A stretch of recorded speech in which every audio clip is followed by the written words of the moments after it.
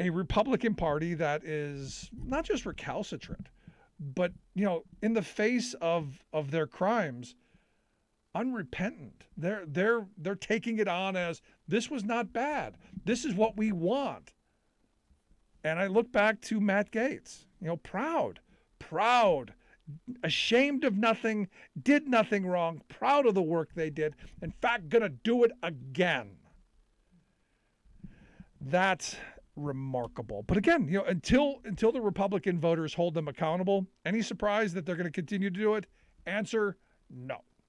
Until the moneyed interests are locked up and put away, any change happening? Answer, no. The Republican Party is exactly who they're supposed to be. They're doing exactly what they're supposed to do, and they're doing it very well for the folks who want it. Our very, very wealthy oligarchs at the top who want us tearing each other apart so that they can continue to profit. If this pandemic has shown us anything, it's shown us how this economy works for a handful, but not for the mass of working people, which is why, again, you're not seeing the kind of wage increases we should be getting, and you're seeing people who are fed up. The fact is, in November, you had another, 370,000 people leave their jobs, which is, jumped up the total number of people who have quit their jobs to 4.5 million over the last, the last year? So I've just been saying all along, had these people had unions, had these people had contracts, they'd be going on strike, as they should be. They're doing what workers do. The only power a working person has, the only power, is the power to fold your arms and march your feet. Not me as a union guy, I march my feet on a picket line. These folks are marching their feet out the door looking for something else. The sad reality is the grass isn't greener on the other side, because corporate America has gotten used to getting away with what they've been doing. They've been getting away with low wages, horrible working conditions, bad benefits. They've been getting away with it. And the weird thing is there are people who still defend it. It's our system, Rick. We're capitalists. And you go, yeah, I get that. But on a certain level, a little worker organizing, good thing. Now, today, the big story today, obviously, was the Supreme Court. And I got to start it off by pointing out that this QAnon star, Kirsten Weldon is her name. One of the big anti-vaccine folks. It's all a hoax. In fact, in one of her videos, she actually said that vaccines kill. Don't get it. This is how it's how gullible these idiots are. They're all getting vaccines. You know who's probably alive today? Yeah, all those idiots who got vaccine because Q woman died of COVID in the hospital. Now this is the same Q kook who claimed that President Biden was paid billions of dollars by the Chinese to test their new weather weapon on Texas. Remember back last February when we had that big freeze? And everything basically froze up because, they didn't bother to, weatherize. You had everything freezing and people dying. Yeah, that was freeze ray. They got a freeze ray in China, and Joe Biden was nice enough to let them try it out on Texas. Now here's the weird thing. Had someone said that about the former guy, someone might buy that. Someone might believe that. After all. Now, obviously, I would not. I'm not going to go that low, but it's ludicrous what some of these folks think. It really just is. Now, I wanted to start with the Q kook woman who has passed on. She's going to to wherever you go next, and still, to her credit, and I got to give her credit. Up until her dying moments, still believed it was a hoax, still believed the vaccines were bad. Not one of these people who, half-heartedly goes into the afterlife by then begging for the vaccine and help and all of that. No. Dedicated to the cause. And look, maybe there are going to be some more moving along with her because it doesn't look like our Supreme Court is going to do anything to help protect working people in this country. It looks like, and My prediction has always been, the vaccine mandate is going to get chucked out at the Supreme Court. Knew it. The only mystery is it a 5-4 decision or is it a 6-3 decision? That, to me, is the only real mystery here. Which one of Roberts or Kavanaugh flips and becomes the fourth vote? Because Kagan, Sotomayor, and Breyer are all, everyone agrees with the questioning that went on today. They're in favor of keeping the mandate, allowing OSHA to enforce it, and making employers with over 100 employees make sure that all their employees are vaccinated. Now, I find it interesting that Alito, Alito threw it out there that he wanted a little more time. And threw it out there, what's the difference? What would a few more days make? What's the big deal if we wait a couple more days? At the height of the surge this time, and look, by the time we get to the next surge, and there's going to be one right around spring break, is what they're saying. That's the plan. As soon as we're dumb enough to all go back and, hey, let's all gather in one place and breathe on each other. As soon as that happens, it's going to spike again. And the hope is that more people are vaccinated, more people, end up getting through the other side of it, because they're saying that if you're vaccinated, you get the booster. It's going to be a much more mild. It's going to be a milder case. It doesn't mean it's not still bad, but it's going to be milder, and you're probably going to get through it at a higher rate than not. And so he was like, well, what's a couple more days? And Breyer kind of pushed back against it as well by saying, well, this could lead to more hospitalizations. Understand, we're already, almost peaked out at our hospital capacity, and we're still kind of chucking into this. Now, Gorsuch, he drew a lot of attention, obviously, because he was the only one, I guess, unmasked and attended the in-person thing unmasked. And he argued, again, the thing that I hear a lot from conservatives, the flu kills people too. The flu kills, according to Neil Gorsuch, our Supreme Court Justice, the flu kills hundreds of thousands of people every year. And that's not accurate. It's not. It's somewhere in the 40 to 60,000 range. If you said tens, tens of thousands, okay, but not hundreds of thousands. I'm glad he's watching Fox News. I'm glad he's getting his information from I don't know where, but I'm glad he's got something. Now you had Stephen Breyer, who came out and said that there were 750,000 new cases yesterday. He said that's 10 times as many as when this OSHA rule was put into effect. When they began putting this in, it's now 10 times worse than when they started, because they were getting ready for this. They were moving in this way. Breyer said the hospitals are yesterday, full almost to the point of the maximum they've been been with this disease. He said, I would find it unbelievable that it could be in the public interest to suddenly stop these vaccinations. You had Elena Kagan, who said this pandemic is in which nearly 1 million people have died. It is by far the greatest public health danger that this country has faced in the last century. She goes on to say more and more people are dying every day. There's nothing else that will perform that function better than incentivizing people strongly to vaccinate themselves. And again, as I said, the conservative justices, government shouldn't do anything. Let it go. That's it.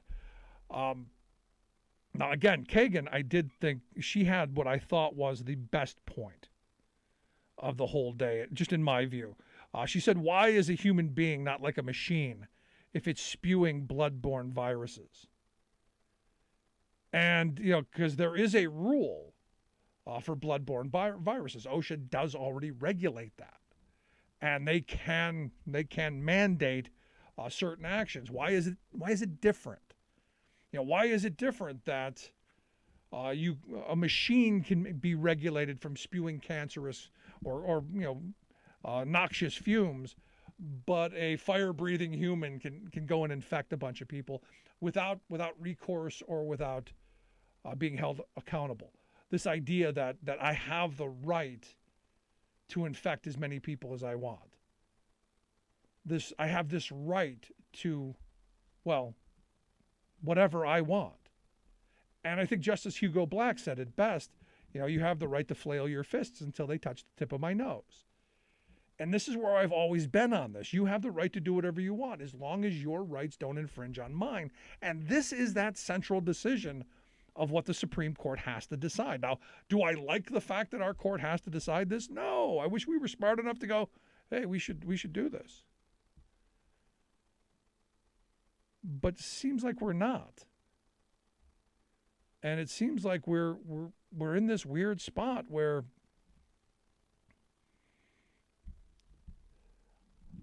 the dimmest, the knuckle-dragging crowd, the ones who are, in the slow line, they're holding everything else back. And what's incredible to me about all this, the part that really is kind of incredible, there were two lawyers, the Ohio Solicitor General, a guy named Benjamin Flower, and the Louisiana Solicitor General, Liz Morrell. They both opposed Biden's vaccine mandate. They both downplayed how contagious and how deadly it is, all of that. Yet they were both arguing from a remote location because they weren't allowed into the Supreme Court because they have COVID and they are quarantining to make sure that they don't infect the robed wonders. Now they're arguing that they want to force all of us, you, me, all the rest of us, to have to go into workplaces with unvaccinated, untested people. And there are probably going to be 5, maybe 6 justices who say, yeah, absolutely, you got to go back into those workplaces while they themselves protect themselves. I mean, this is the weird part. This is the part that I find really, really hysterical. Now, you see Citigroup is January 14th, they're starting their no jab, no job policy. You don't get the vaccine, you're out the door. The question now, and this is something the Supreme Court's probably going to have to deal with. The question now, if there is no mandate, does an employer have the right to mandate that? Does the employer have that? And this is what I said from the beginning. Capitalism will decide. Does the employer have the right to go and do that? I guess we're going to find out. But I'll tell you, it's from what I heard today and what I saw today, it looks like Biden's mandate's going to go down. And to be honest, it's probably a good thing because he's going to be held harmless. He will not be responsible because the court's not going to let him do what he needs to do. Quick break, right back. Stick around. You're listening to The Rick Smith Show.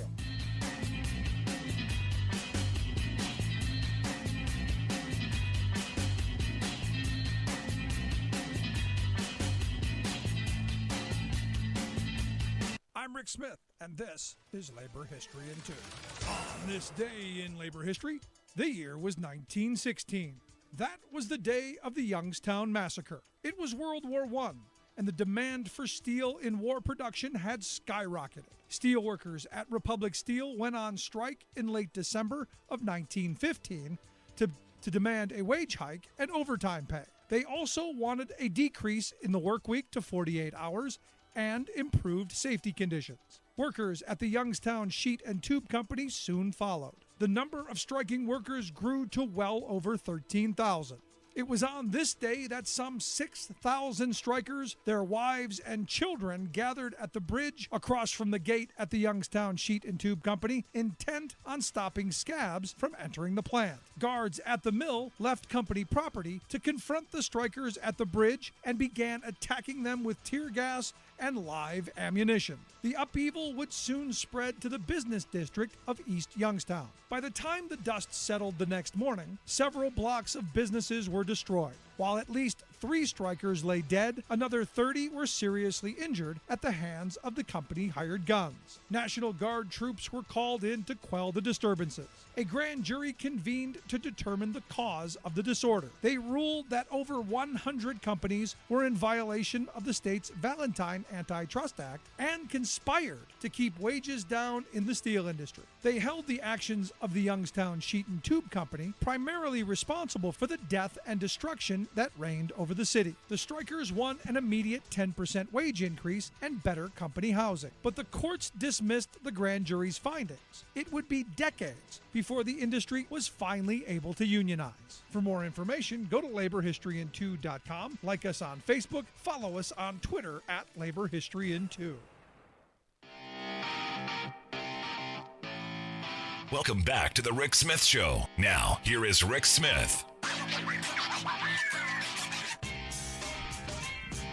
So I'm getting a kick out of this Stephanie Grisham, Trump's former press secretary, coming out saying that on January 6th, he was gleeful. Look at those people fighting for me.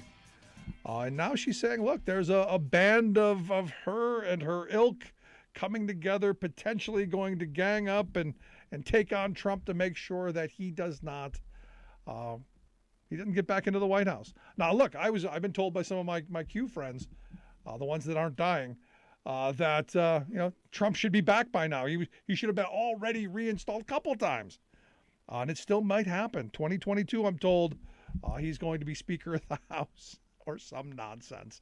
Anyway, here to share some thoughts on just how bad January 6th was and the commemoration. Since only 2 Republicans bothered to show up in the House of Representatives, both named Cheney. How scary is that? That's why I've asked Max Burns to come talk with us. Max is a Democratic strategist. He's a columnist over at the Daily Beast, and he's got a new piece out over at The Hill, January 6th, in the GOP's masterclass in the emptiness of words. Max, thanks for taking time for us. Thanks for having me. So you surprised that two Cheneys, that's what showed up as the representatives for the Republican Party? I'm kind of surprised because the last thing I thought I would ever see coming through the Iraq War and the Bush administration was a receiving line of Democrats shaking Dick Cheney's hand and Republicans refusing to even acknowledge he was there. It shows you how upside down this world has become, that Dick Cheney is one of the lone Republican voices for democracy. Yeah, I mean, it's really kind of scary. Let's start with the speech yesterday. I want to give Joe Biden the praise that he deserves. I'm generally not a fan of President Biden giving long speeches in front of a teleprompter. I'm generally not fond of that, but I thought he did an outstanding job yesterday. I thought it was well given. I thought it was powerful, and I thought it was the words that had to be said. It was a great speech. And I think it's Joe Biden doing what he does best, which is channeling a genuine, earnest outrage over what has happened since January 6th. In many cases, the lack of what has happened. And Republicans have criticized him for being too tough on Donald Trump, saying that we should focus on healing. But anybody knows that if you bandage an infected wound, you're just going to worsen that infection. Until you've actually treated the underlying problem, asking for healing is basically asking to do nothing while the body gets sicker. And Joe Biden realizes that. He was clear in pointing out that Donald Trump was the root cause and the first mover of this entire insurrection. And the fact that he hasn't been held accountable in any way is disgusting. Yeah. Now, you point out in your article, what a difference a year makes. Because in the days right after January 6th, there were some Republicans speaking out. There were people, outraged about what happened. It is amazing how much difference a year is, because you went from a lot of people being outraged to Matt Gaetz coming out saying, we're proud of it. We did what we wanted to do. In fact, we're going to do it again.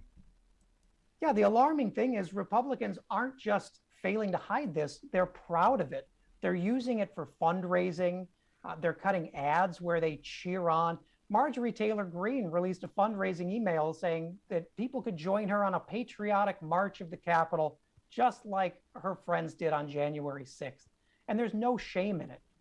That's a stark difference from this time last year, when Mitch McConnell said that Donald Trump's actions were a disgraceful dereliction of duty, and that there was no question for him. No question, he said, that Donald Trump is practically and morally responsible for provoking the events of that day. Yeah, now, you cannot find a Republican to say that. Yeah, but there's no question that Marjorie Taylor Greene's a lunatic. And the party has been taken over by lunatics. It has. I mean, the lunatics are in charge of the asylum, the main fundraisers for the party, the main public voices for the party. It's not Mitt Romney who said, we ignore the lessons of January 6th at our own peril, for whatever that's worth. It's people like Marjorie Taylor Greene and Mo Brooks and people who are not just promoting a conspiracy theory that this was good, but promoting the conspiracy theory that it was the responsible and patriotic thing to do. I mean, I don't know how you find a shared reality with people who believe that.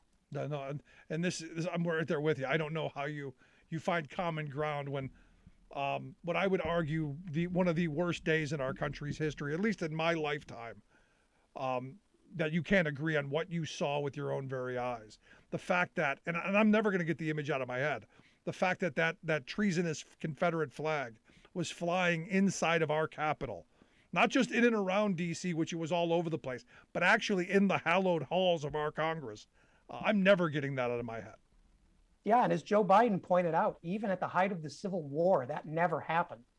And these are people who wanted to send a clear message that democracy was not their choice, that they preferred a different system with Donald Trump in charge.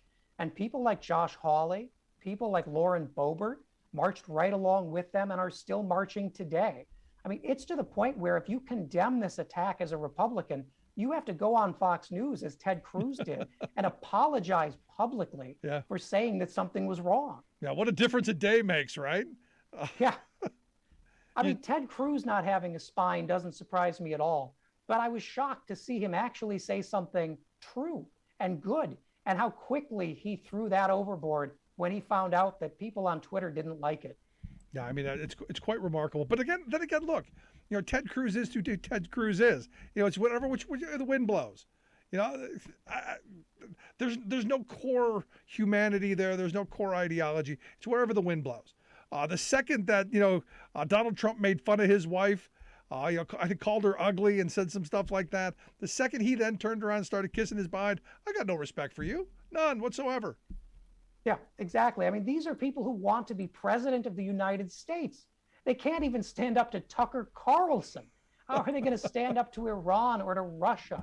I mean, they message test every word they say based on whether it's going to appeal to Fox News and other right-wing news networks. Yeah. That's not a standard for leadership.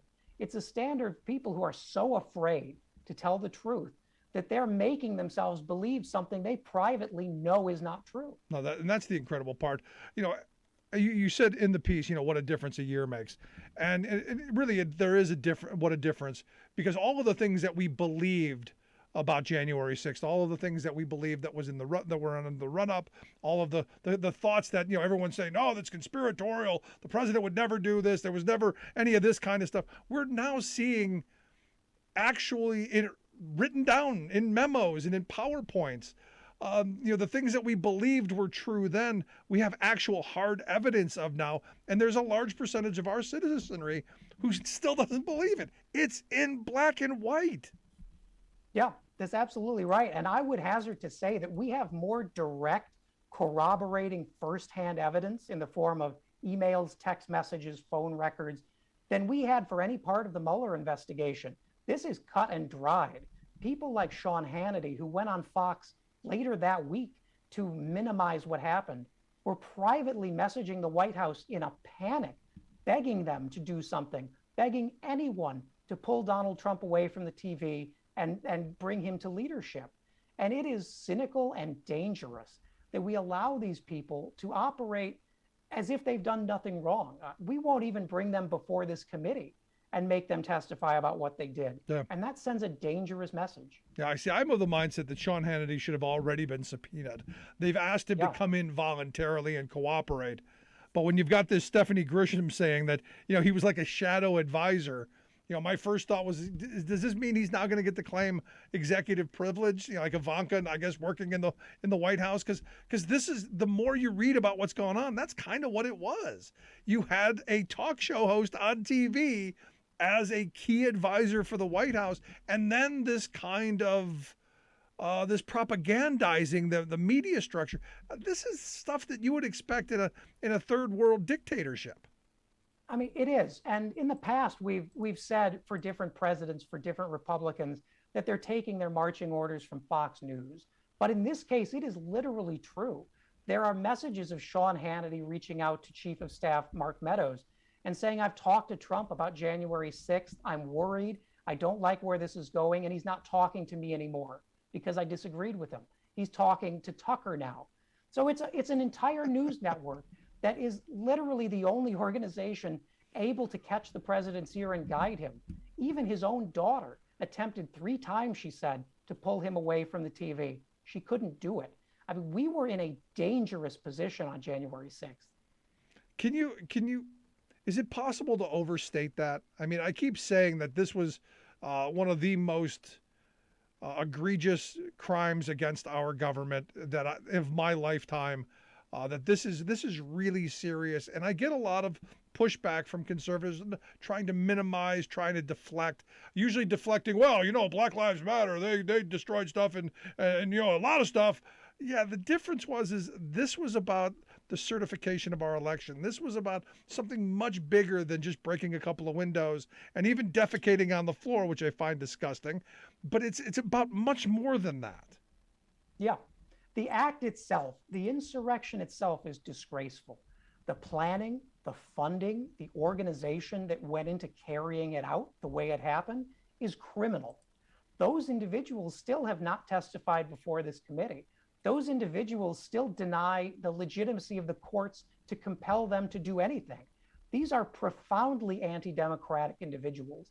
And had they succeeded, there is no doubt in my mind that they would have made a continued legal case for Donald Trump's presidency. And it would have put this country in an incredibly dangerous constitutional position, one that we are still not out of a year later. No, and that's exactly the point. We're not out of this yet.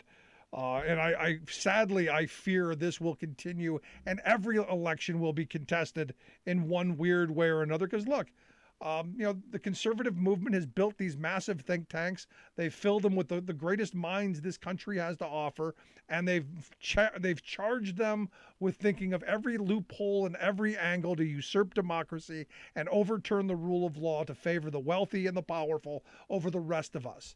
And the sad reality is on the other side, there's not that kind of investment. All we hold on to is that we're right, that the rule of law is what it is, and we believe in democracy. And I don't know that that's enough. No, I think you hit the nail on the head. The Democrats have spent the last year fighting amongst themselves, trying to get consensus with Republicans to pass legislation, all the while saying Republicans are doing nothing. That's not true. Republicans have been busier this year than they've been in decades. They've been in states, gerrymandering districts, suppressing the vote through 19 states. It is now harder to vote than it was a year ago. And that's with Democrats in control of the entire federal government. Republicans have still been able to restrict the vote in 19 states. Now that is going to be a major problem in 2022 and 2024. Yeah, because you're not even going to do what Republicans have rigged this system so much that if they lose, they must think it's fraud. And you're not going to be able to do what Obama said to do, which just if they're going to steal 7 million, you need 8 million. I don't know how you get beyond them just going, you know what, we don't agree with the results. We're just going to chuck it. I don't know how you get beyond that, which is why I think, Max, I think that immediately, and this is why I think Chuck Schumer holding the session today. A very unusual Friday session to talk about getting this Voting Rights Act pushed through, why this is so important, and why I think they're finally, about damn time, actually trying to move on it. Yeah, I think Schumer is serious about this. I know he got some flack for announcing that he's going to essentially pass voting rights one way or the other. We're going to carve out the filibuster and bring Joe Manchin along. Joe Manchin has not opposed this yet publicly, which is very telling given how quick he was to scuttle other legislation. But it's overdue. I mean, Barack Obama, Democrats say don't boo, vote. But what happens when you can't vote? Yeah. What happens when your vote doesn't matter because you're in a district that's drawn to preserve a Republican majority? These are things only Congress can address, and it's now or never, quite literally. Yeah, see, I don't know how Manchin can come out against the voting bill that's being proposed. It's his. I don't know how he can come out against, because he said it, and I remember this, he'll be able to get 10 Republicans to come on board. This was going to be bipartisan.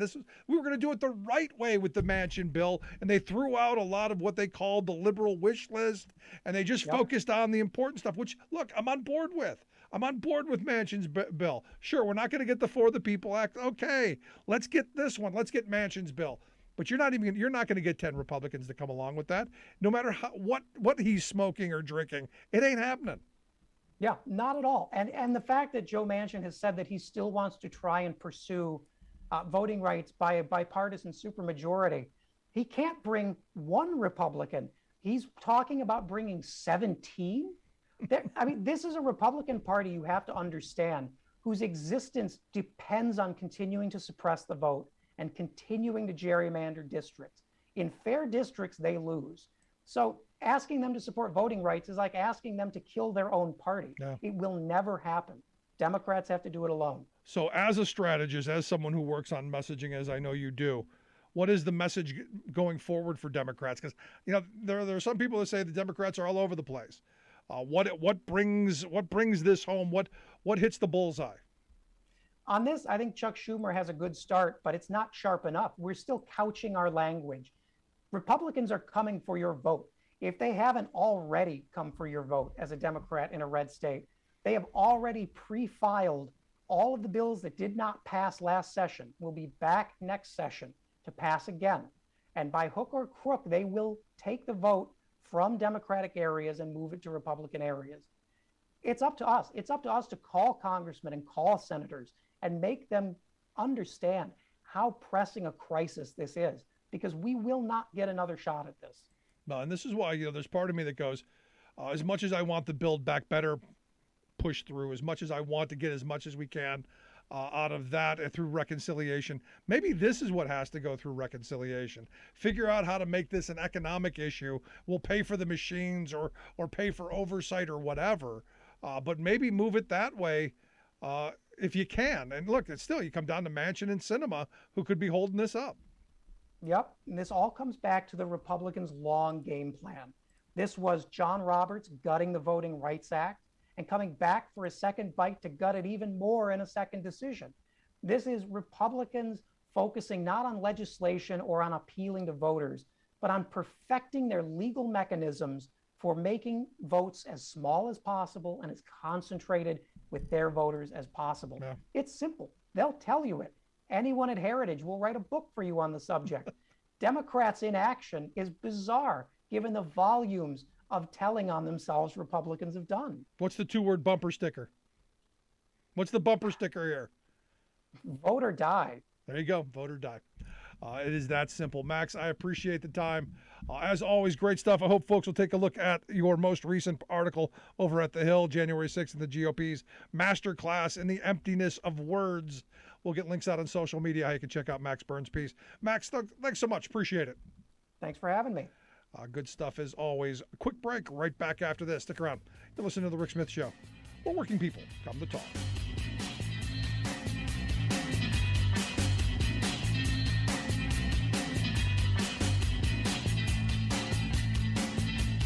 I'm Rick Smith, and this is Labor History in 2.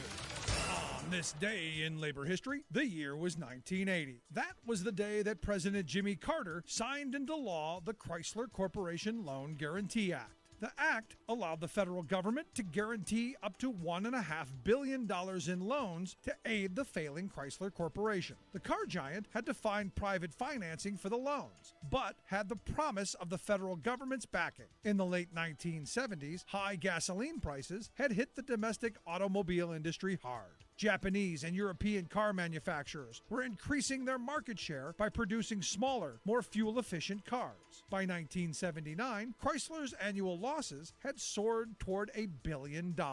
In his remarks on the signing of the law, President Carter said, "It's important to have Chrysler preserved as a viable, competitive entity, not only to protect the jobs involved, but to protect the competitive nature of the American automobile manufacturing industry in its competition with foreign suppliers, and in the provision of good products at a competitive price for the American consumer." Officials from both Chrysler and the United Auto Workers helped to hammer out the deal in Washington. The loans helped save Chrysler, and the company did pay the money back. In 2008, the auto industry companies were once again helped by a federal bailout. Many working people have noted that the federal government seems much more quick to help corporations who fall on hard times rather than regular people. Folk musician Arlo Guthrie wrote a song capturing this very idea. I am changing my name to Chrysler. I am going down to Washington, D.C. I will tell some power broker what they did. Iacocca will be perfectly acceptable to me. I am changing. Like what you hear? Check out more at neighborhistoryin2.com.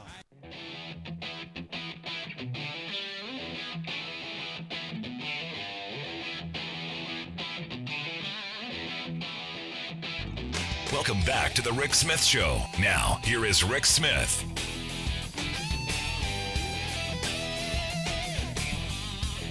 So again, I go back to Joe Biden's speech, which I think, again, was fantastic. I think he gave the right speech at the right moment. And as I've said a bunch of times, and I'll say it again, I'm generally not a fan of putting him out there for 20-minute speeches. I think he's much better being Uncle Joe, shaking hands, riffing back and forth. The prepared stuff, not so much. But I thought the speech really, really good. And here to share some thoughts on the speech, what happened yesterday, and also some big news at the Democratic National Committee as their workers and staffers have unionized. And I've been calling this for a very long time. Here to share some thoughts on that, I've asked Lucas Acosta to come talk with us. Lucas is a senior spokesperson and a coalition director. He's also the DNC staff union's spokesperson. Lucas, thanks for taking time for us. Of course, happy to be here. So let's start first with the speech, and then we'll get into the other good stuff in a minute. Thoughts on President Biden's speech?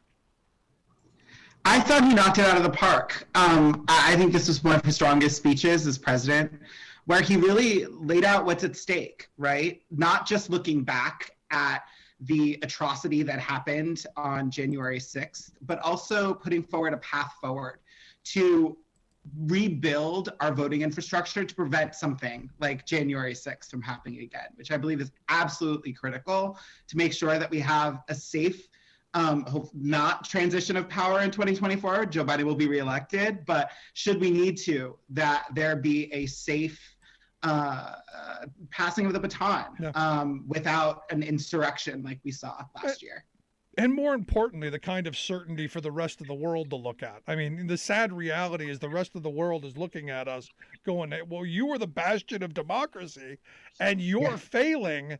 This ain't a great message. It's not, but I think what we've seen, yes, we have seen some credibility across the world with our democracy take a hit because of January 6th. And I think that the Republican Party has just absolutely ignored that. They like to stand on their high horse, trying to paint themselves as the party that's trying to protect democracy. But I think everyone, both in America and outside in the world, understands that it's a party that's standing for insurrection, and it's a party that's working to undermine the same values that they claim to represent. So I think that over the coming months, what you're going to see every single piece of the democratic ecosystem stand up and fight for voting rights in every state across the country. Well, I think it has to. I mean, ultimately, nothing for nothing. The last several months, Democrats haven't had their stuff together. It's time to get the ducks in a row and start getting some things passed. And voting rights, I think at this point, as much as I want the Build Back Better plan to move forward, voting rights is it. If we can't get people to be able to vote in November or in 2024, Build Back Better is never going to happen, and nothing close to it is ever going to happen. So, and I don't feel like I'm all that, clairvoyant saying that. If there are roadblocks in front of your ability to vote, you're going to lose. Yeah, and you've seen Democrats in states filing lawsuits against these numerous bills that are being passed in state legislatures. But as your last guest said, state legislative sessions are about to restart again, right? And so that's why the DNC itself has not only invested $25 million into making sure that we have staff on the ground in those states to fight back in these state legislatures, but also arming our partners to make sure that we're working not just in the key states that are going to be key states for 2022 and 2024, but in every state across the country, from red states to blue states, to make sure that the infrastructure stays afloat. Now, you brought up the staffers. You brought up the people who are working for the DNC, and this week the story was that that the folks organized, joining a union. What led to that? Super excited about this. So I used to work at the DNC between 2017 and 2019 before I left to work for another organization. And we had started some rumblings of potentially starting a union, but that sort of just fizzled out as a lot of the staffers who were having those discussions left. When I came back to the DNC in 2021, right after President Biden took office, I found an organized committee that was working interdepartmentally to organize the DNC and to finally unionize. So obviously, as a person who was thinking about this even before I came back, like before I left, I was super excited and wanted to join them immediately. So the organizing efforts that started taking place, we linked up with SEIU in late 2020. Obviously, the card count process was throughout this year. But this week on Tuesday, cards were counted and we're officially a bargaining unit, which is super exciting. And so now we look forward to working with management to develop a contract and really obviously live our values. Right. As you mentioned, it's like the DNC and the labor movement have been intertwined for decades. We are inextricably worse without each other and absolutely better when we're with each other. And so what we needed to do is live our values, unionize ourselves. And obviously that's going to be a huge benefit for the staff at the DNC. We're going to see so many amazing productive changes that are going to increase effectiveness and productiveness of the organization to make sure that we elect Democrats up and down the ballot. Yeah, I've said from the beginning, if the Democrats are going to walk the walk, are going to talk the talk, they got to walk the walk. And this is the beginning of that. And I hope the contract process goes well. I hope things at the bargaining table go well. But I've had a couple of conversations with some of my Politico friends who are concerned that, well, the old tropes that Republicans love to throw out, that, well, you know, the unions are gonna slow you down, they're gonna put roadblocks in your way, you're not gonna be as effective, and you're not gonna be able to compete with the Republicans who are gonna be much more flexible and nimble. I know you've heard all this before, but you got to throw that out there. Oh, I mean, we've seen it this week, right? The RNC is loving to dunk on us, saying that we're going to be less effective. But the reality of this situation is that this is only going to make our staff more productive. When you have the opportunity to focus on the work at hand rather than the environment that you're in, let's say, and this hasn't been the case so far, and thankfully so, let's say a staffer has an abusive boss, right? That's going to reduce their productivity. And there's going to be less recourse for them to fight back if there's not a union. So now that we have a union, we're going to be able to work together to ameliorate all of those environmental issues should they come up, so that our staff can focus on the job at hand. And that's electing Democrats up and down the ballot. Yeah. So sure, RNC, dunk on us for treating your staff awfully. Fine. I'm perfectly okay with that. It's going to be harder for you to recruit the best talent. And that's exactly what we're going to do with this union. Now, the reality is, and I've worked on campaigns in the past, some of the most abused workers in this country are generally campaign workers. They're usually 16-hour days, 6-7 days a week. And one of my Republican friends said, well, while we're out there working those 90-hour work weeks, you're going to be stuck with 40. And I'm going, well, you were just going to have to do in 40 what it takes you 90 to do.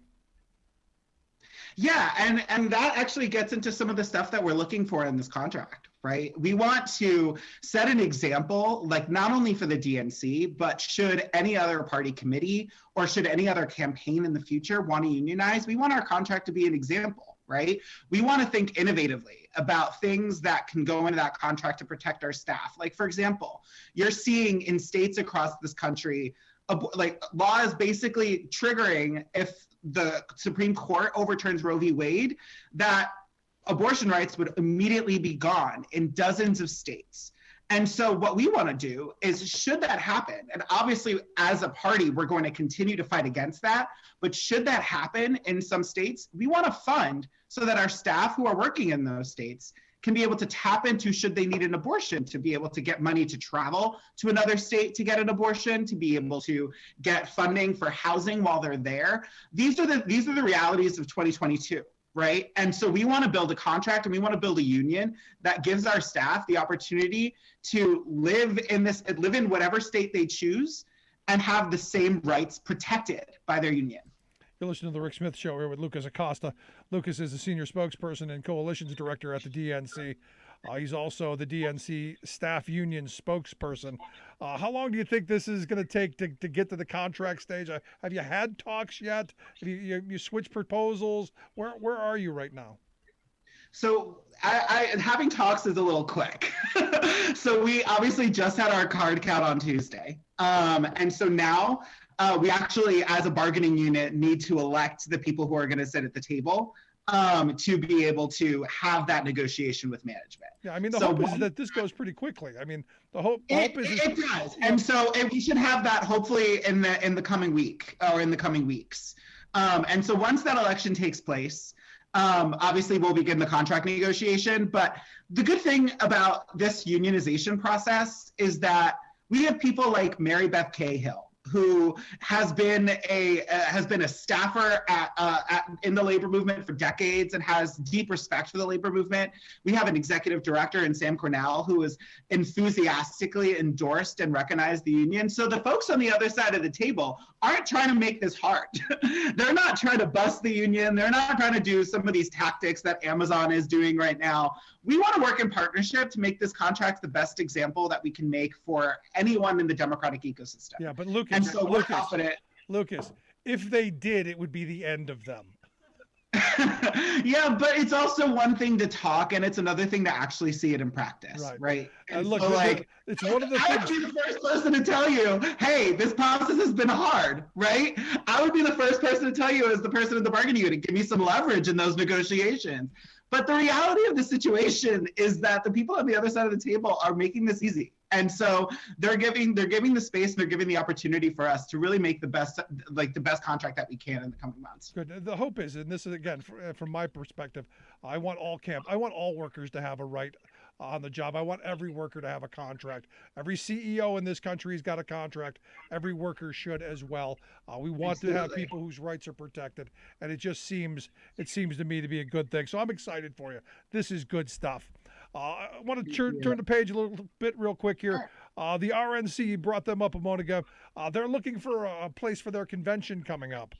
I'm curious if you have any preferences, because I saw it. I'm going, okay, Milwaukee, Nashville, Pittsburgh, Salt Lake. That's where they're got. I'm going, what about Budapest and Moscow? That's not on the list. I mean, I think Moscow would be a great suggestion, right? Especially if they're working to re-elect Donald Trump, right?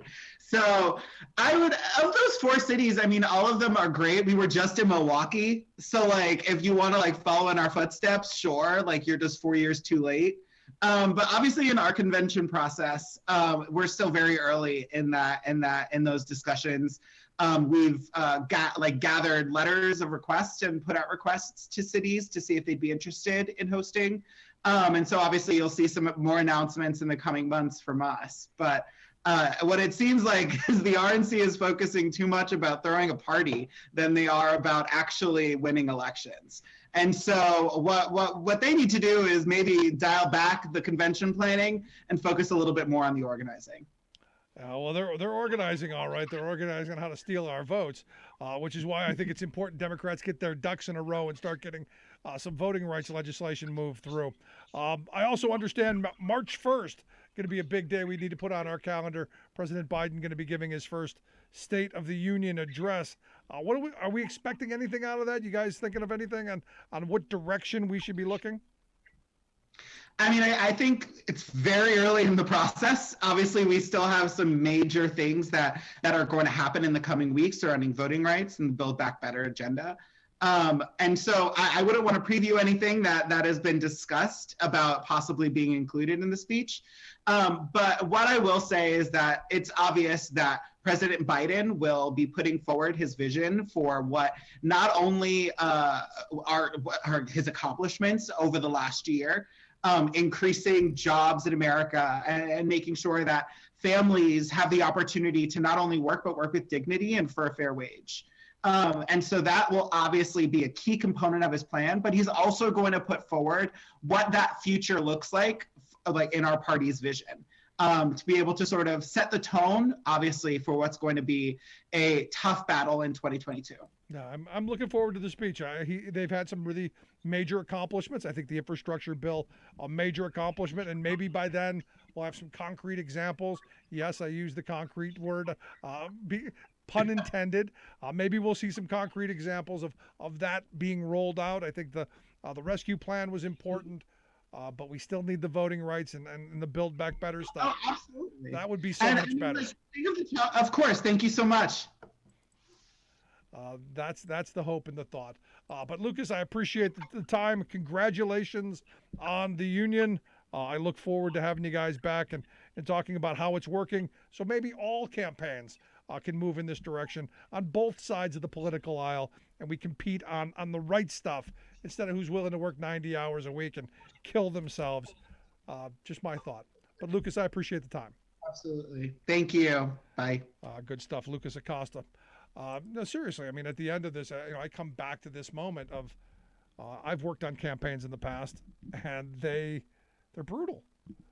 And people who want to do this for a living, it's difficult. It's difficult to work those hours, especially with the low pay. So this is one of those moments where maybe we raise the floor a little bit. Maybe campaigns get a little smarter, maybe a little shorter. Maybe the rest of us will have some time to, I don't know, take a break. But I do find it interesting that the RNC is looking at Pittsburgh. Obviously, they want to be able to take one of that congressional seat out there with Connor Lamb. And also, look, Pennsylvania is going to be a big Senate seat, governor mansion. I'm thinking Pittsburgh is going to be where it ends up. Maybe even Milwaukee, because Ron Johnson is announcing that he's going to be running for re-election. I was kind of under the thought that he was heading out the door, but he's expected to announce he's going to run, because of course we need one more person in the Senate who's going to hold things up, especially on the COVID front. So yeah, good stuff. I'm curious your thoughts. Where should the RNC have their convention? I thought it was a cute little quip. If not Nashville or Pittsburgh or Salt Lake or Milwaukee, what about Budapest or Moscow? I know, just being silly. But seriously, maybe Budapest. You know how Trump's put his arms around their authoritarian leader. Anyway, if you missed any part of the program, make sure you get the podcast. Share with your friends. Let everyone know that it is there. Go to thericksmithshow.com. You can download the podcast there. Also, the app on the smartphone. Take the program on the go wherever you go. Quick break. Right back after this. Stick around. You're listening to The Rick Smith Show.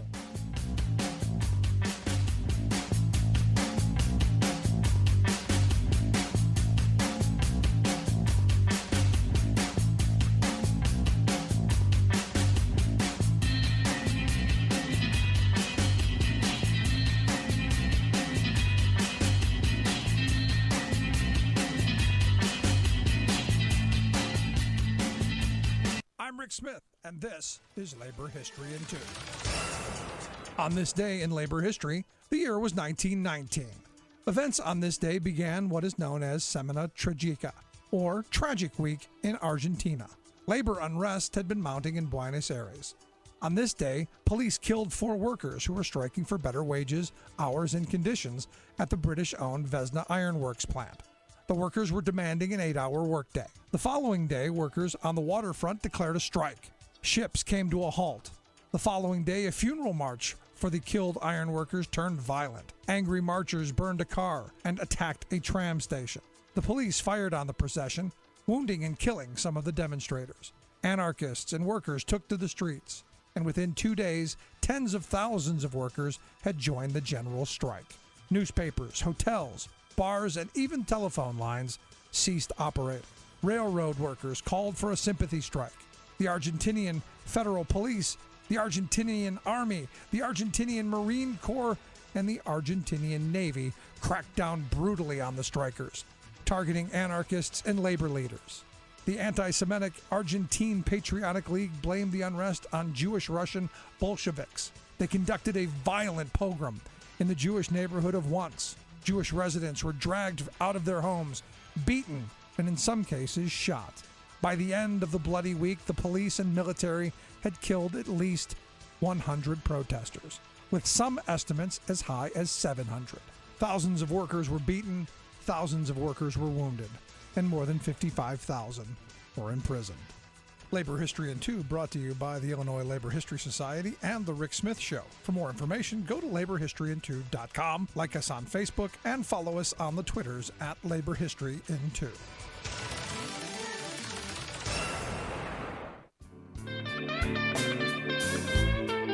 Welcome back to the Rick Smith Show. Now, here is Rick Smith. So Jane sent me an email during the break. Instead of Budapest or Moscow, what about Kazakhstan?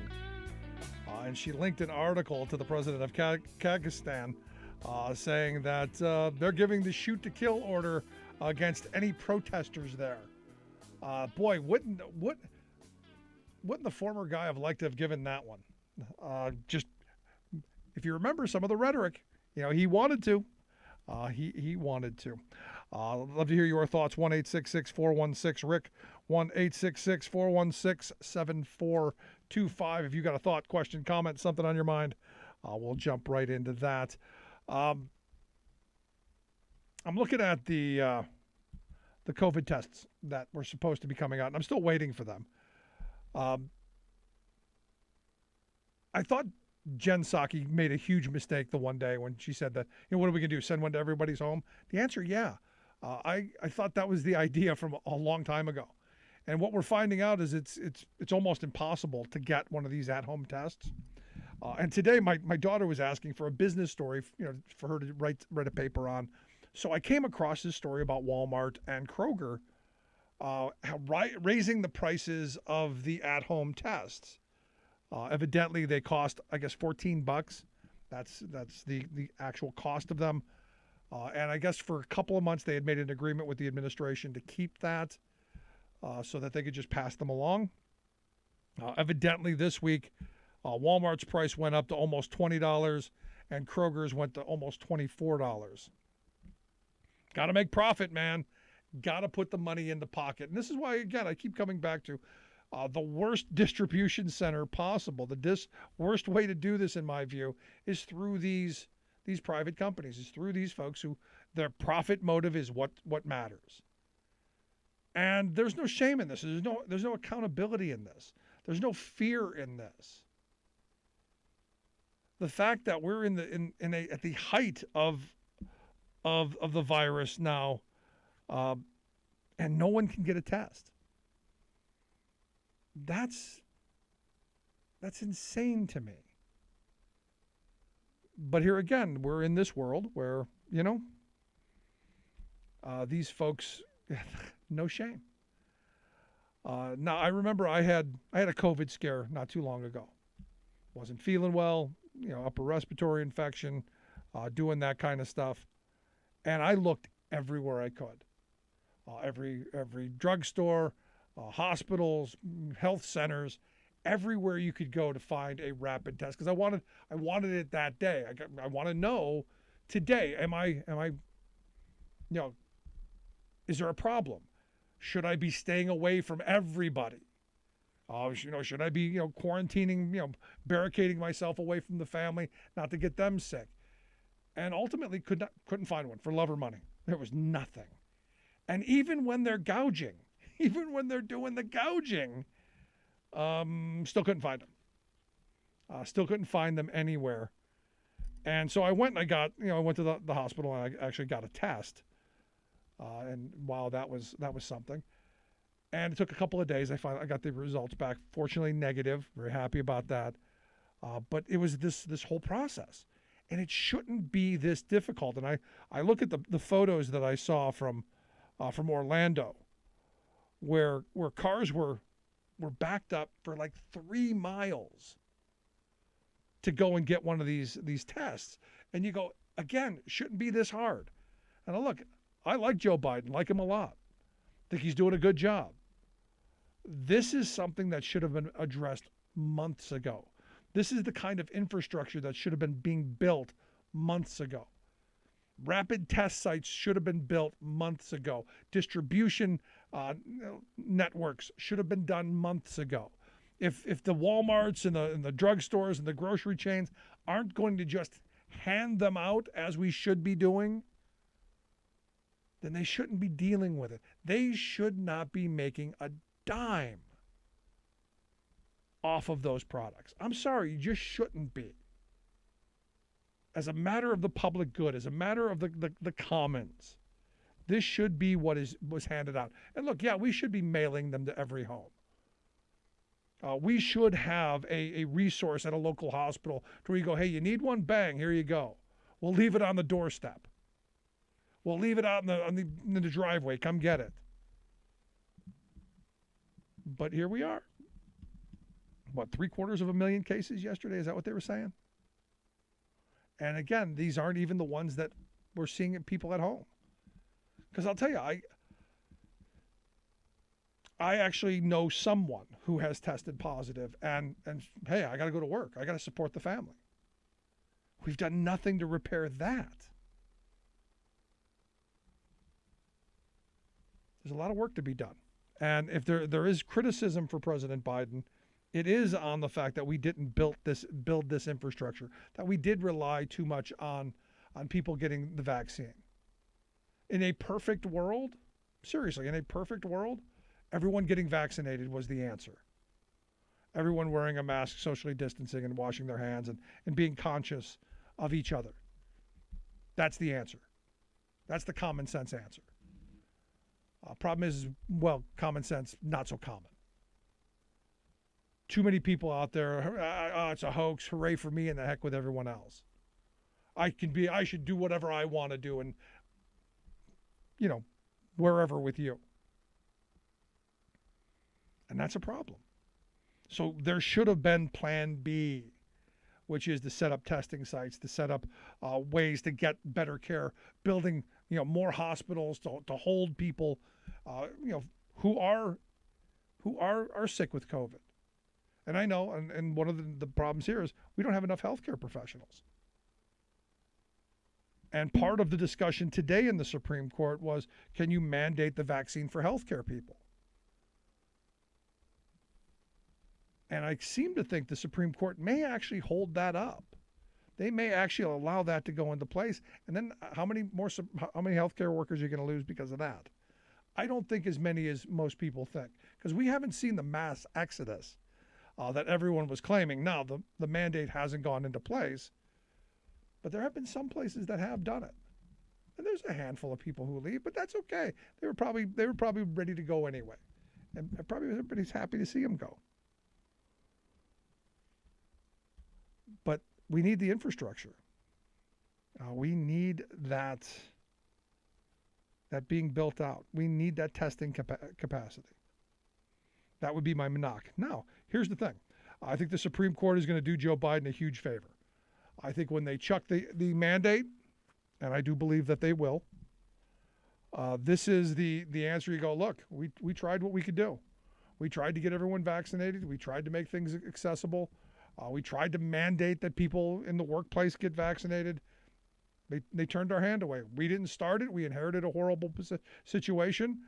We had, a bunch of recalcitrant children, a bunch of petulant children who wouldn't come along, and here we are.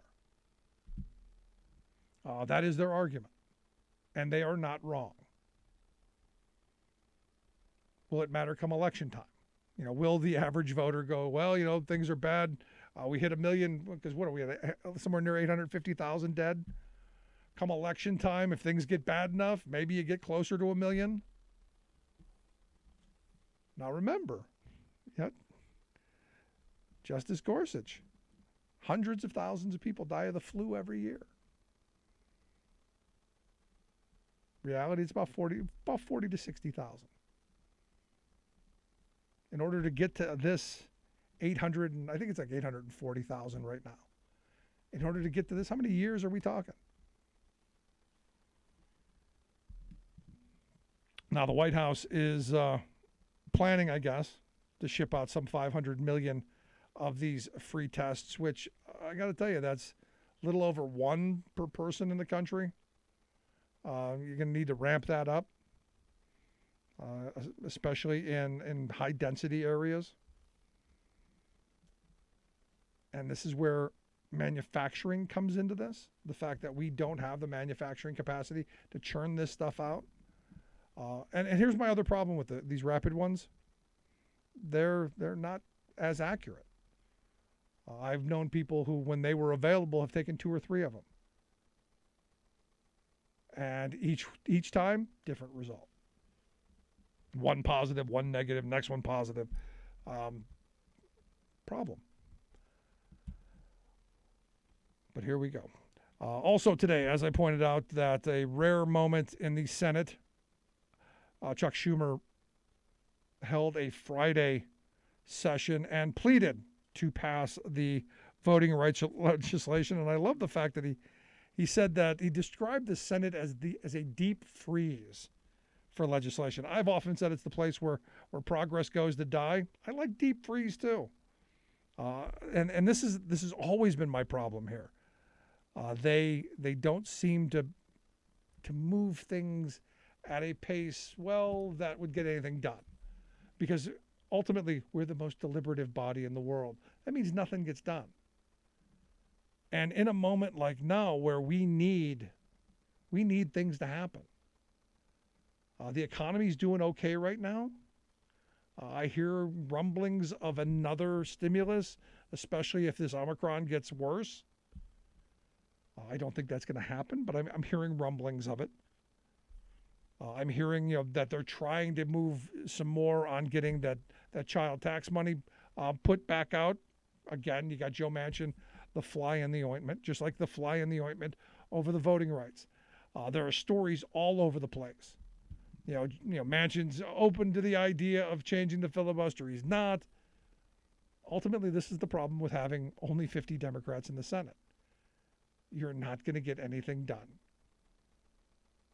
And this is why elections matter. Elections have consequences. And understand, if and when Republicans take over in this next year, in this year,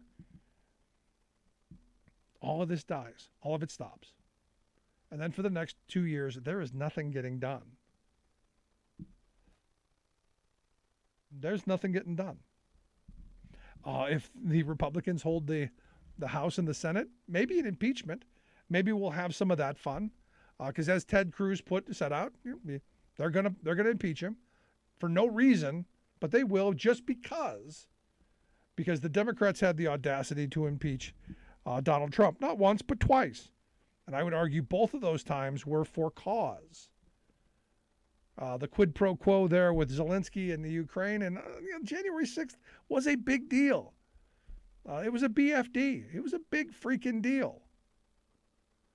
No matter what the Matt Gaetzes and the Marjorie Taylor Greens say. And I can't emphasize that enough. The fact that they were there with the intent, purpose of stopping that election from being certified, stopping the will of the people.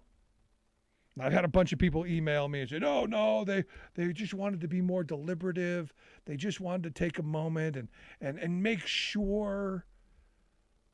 They didn't need to make sure. All of the votes were certified by all of the states. There were no states that did not certify. Were there people in Michigan making rumblings? Yes. Were there people in Pennsylvania making rumblings? Yes. But at the end of the day, they were certified. And what had become just pure, what has historically been just ceremonial, now became an opportunity for Republicans. And understand, and this I believe this, that they've been plotting this for a long time. this memo, this Eastman memo, the PowerPoint, none of this stuff just, on the back of a napkin in a bar got written up. This is something that I believe was thought out, well thought out, probably even war gamed out back in 2015. How can you overturn an election? How can you steal the election from the people? And do it in a way where you're justifying we're using the Constitution. Like McConnell did when he stole the Supreme Court seat. And then what McConnell did when he went against his reasoning for stealing a Supreme Court seat. You noticing a pattern? Nothing matters. No laws matter. No precedent matters. There's no decided law. There's no stare decisis. It's all about power and control. And this is where Democrats fall down on the job a little bit. This is where they need to steel their spines a bit.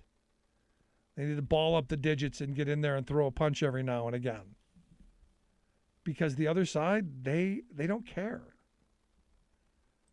They will, reality of realities, they will lie, cheat, and steal. Because we've seen it. And then they're going to tell you how they lied, cheat, and stole. And they're going to be proud of it. Much like Matt Gaetz. Proud of it. Proud of what happened January 6th. Not ashamed at all. Not even a little bit. In fact, going to do it again. Going to march from the White House to the Capitol. Going to do it again. Going to have that probably be a yearly commemorative walk. May even put up a monument at some point down the line. Mark my words, someone is going to say we need to put up a monument to the people who tried to overturn the election. And you go, no, that's too far. Is it? Did you ever think in your lifetime? Think back. Go back a couple of years. Did you ever think that you would have a sitting member of Congress say that they weren't ashamed, that they were proud of trying to overthrow an election? Seriously. I mean, this isn't just in this one little moment, this one little microcosm. This is history. This is the legacy of our country. This is everyone in the outside world looking at us and going, you're no longer the beacon of democracy. You're no longer the shining city on the hill. You're no longer the light. I talked about the Canadian scholar who, telling the Canadian government, watch out. You're going to have a problem on your southern border.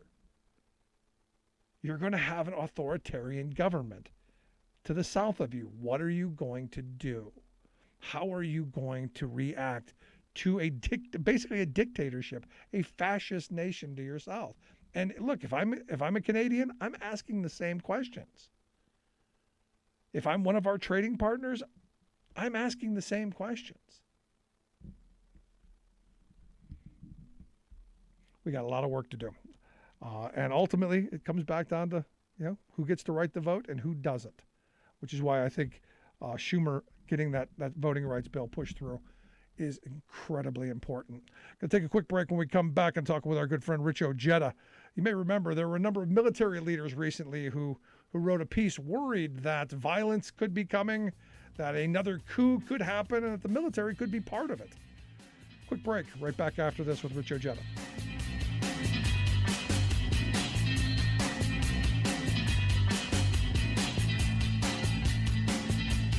I'm Rick Smith, and this is Labor History in 2. On this day in labor history, the year was 1916. That was the day of the Youngstown Massacre. It was World War I, and the demand for steel in war production had skyrocketed. Steel workers at Republic Steel went on strike in late December of 1915 to demand a wage hike and overtime pay. They also wanted a decrease in the work week to 48 hours and improved safety conditions. Workers at the Youngstown Sheet and Tube Company soon followed. The number of striking workers grew to well over 13,000. It was on this day that some 6,000 strikers, their wives, and children gathered at the bridge across from the gate at the Youngstown Sheet and Tube Company, intent on stopping scabs from entering the plant. Guards at the mill left company property to confront the strikers at the bridge and began attacking them with tear gas and live ammunition. The upheaval would soon spread to the business district of East Youngstown. By the time the dust settled the next morning, several blocks of businesses were destroyed. While at least 3 strikers lay dead, another 30 were seriously injured at the hands of the company-hired guns. National Guard troops were called in to quell the disturbances. A grand jury convened to determine the cause of the disorder. They ruled that over 100 companies were in violation of the state's Valentine Antitrust Act and conspired to keep wages down in the steel industry. They held the actions of the Youngstown Sheet and Tube Company primarily responsible for the death and destruction that reigned over the city. The strikers won an immediate 10% wage increase and better company housing. But the courts dismissed the grand jury's findings. It would be decades before the industry was finally able to unionize. For more information, go to laborhistoryin2.com, like us on Facebook, follow us on Twitter at laborhistoryin2. Welcome back to the Rick Smith Show. Now, here is Rick Smith. So get your calendars out. Get the calendar, get the markers. Get ready to circle February 21st, just 1 week after Valentine's Day. And I got to be honest, surprised it wasn't the 14th. I'm surprised it wasn't Valentine's Day because Truth Social is coming. That's right. The organization that Devin Nunes left Congress to lead, going to be firing up on February 21st, according to Reuters. For those who don't know, this is Donald Trump's new media venture. I'm not sure what it's going to be yet. I don't know if it's going to be a replacement of Twitter, if they're going to try and do YouTube stuff. I'm not quite sure, but I do know that they're going to be able to truth and re-truth. Instead of retweet, they're going to re-truth. Clever. Here to share some thoughts on just how clever our former guy is. And maybe what we see out of this. I've asked our good friend Rich Ojeda to come talk with us. Rich is the national spokesperson for No Dems Left Behind. Rich, thanks for taking time for us. Hey, anytime, Rick. I always appreciate it, brother. So you going to sign up for Truth Social? I say by February the 25th, it will have already probably went under. Everything that Donald Trump touches, he is the absolute opposite of Midas. We know this. I mean, Trump steaks, Trump University, Trump vodka. I think it's going to be Trump social media. Yep. I think it's on. It's going to happen. I think one of the reasons why Devin Nunes was so quick to jump on this is because the way the district lines have been drawn, Kevin Nunes would be going against Kevin McCarthy or Devin Nunes. So I don't put too much into it. I think it's going to basically be like another parlor for a little while, and people are going to realize that it's going to be highly read with people like the FBI looking for more people to be talking stuff. So yeah, I'm going to sign up. I want to see what the crazies are saying. I do anticipate, though, one of the things that I do anticipate is there to be an awful lot of fundraising attempts and being begged for constantly. I expect there's no that. doubt. No doubt about that at all. Donald Trump is, I'll tell you, the grift that's going on. The mere fact that the Republican National Committee has already said that they're willing to donate $1.6 million towards Donald Trump's legal fees. And these are legal fees of things that happened before he was even the president of the United States.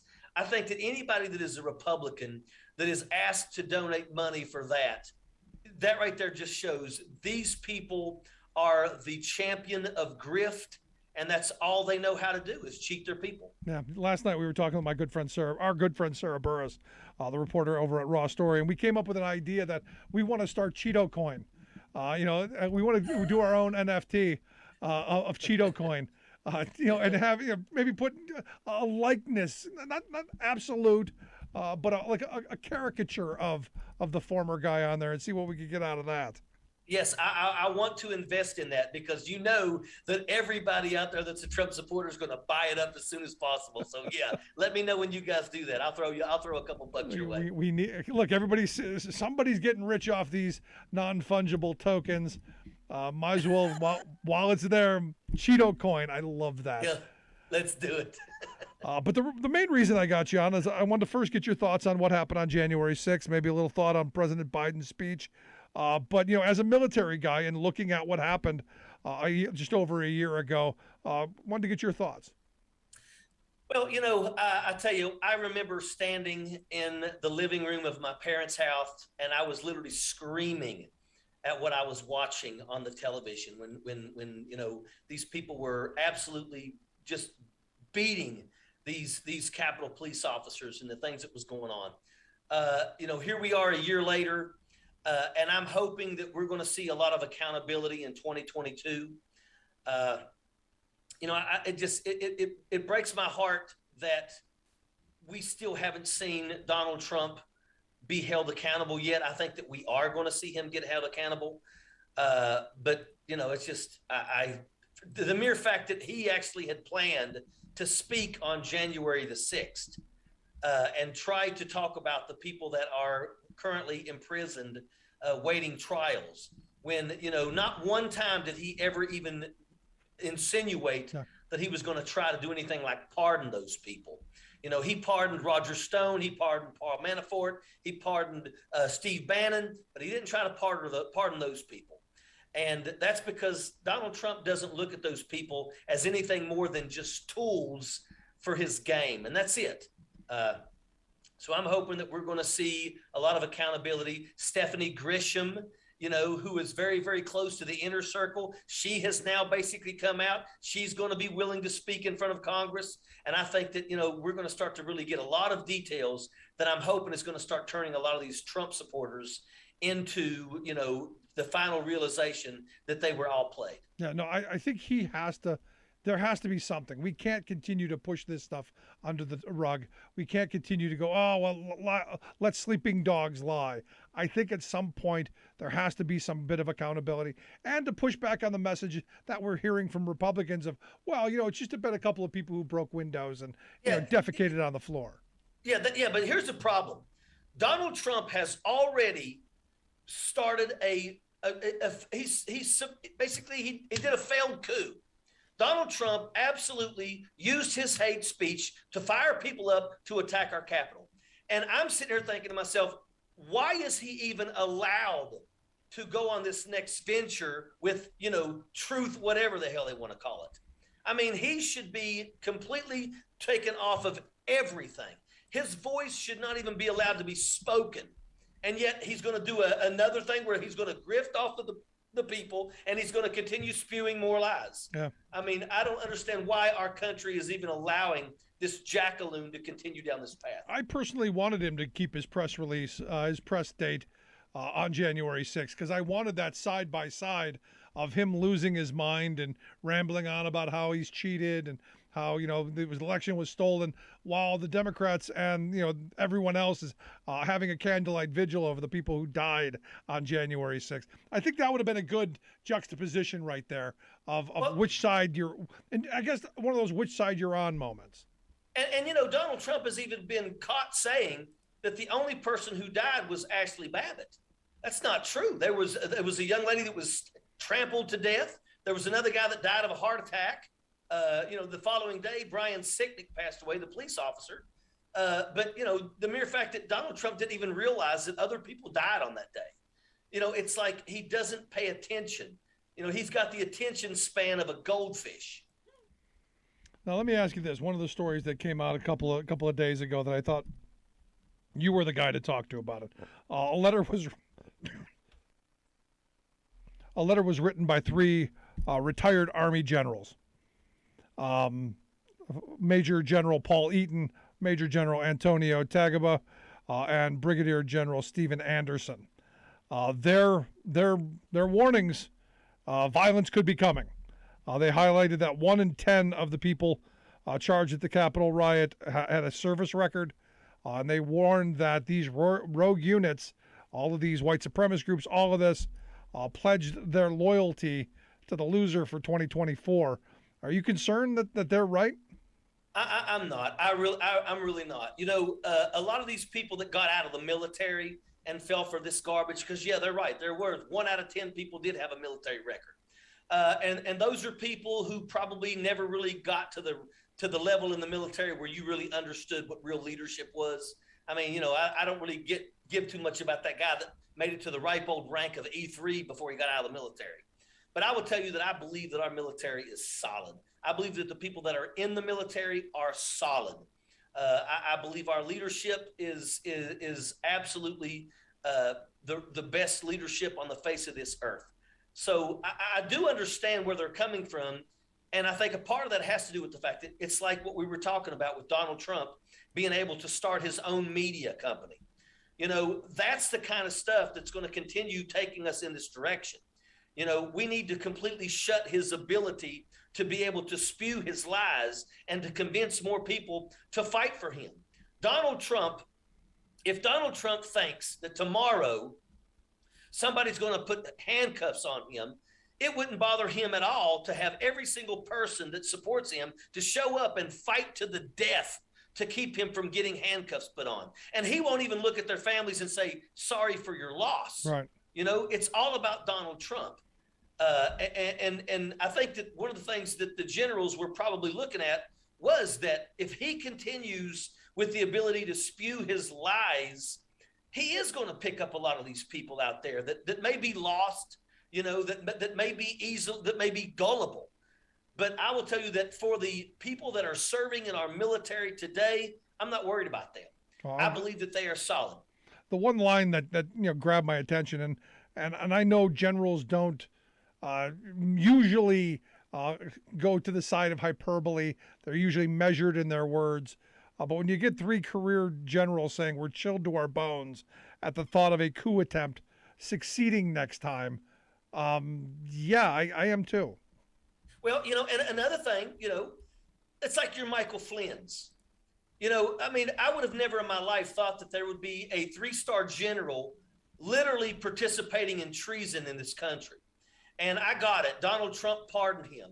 I will tell you, I am hoping that we know that there's going to be more stuff that's going to surface about Michael Flynn. We know that's going to happen. We know that January 6th is going to dig up a whole lot more. I'm hoping that at the end of all this, that when they finally have everything and all the evidence on the table, I'm hoping that our military calls Michael Flynn back to active duty and absolutely court-martials him. Because an officer in the military, when you retire, your oath never goes away. You can still be called back to active duty to a certain age level. And I believe, and even Colin Powell, before he passed away, said that that's exactly what they should be doing to Michael Flynn.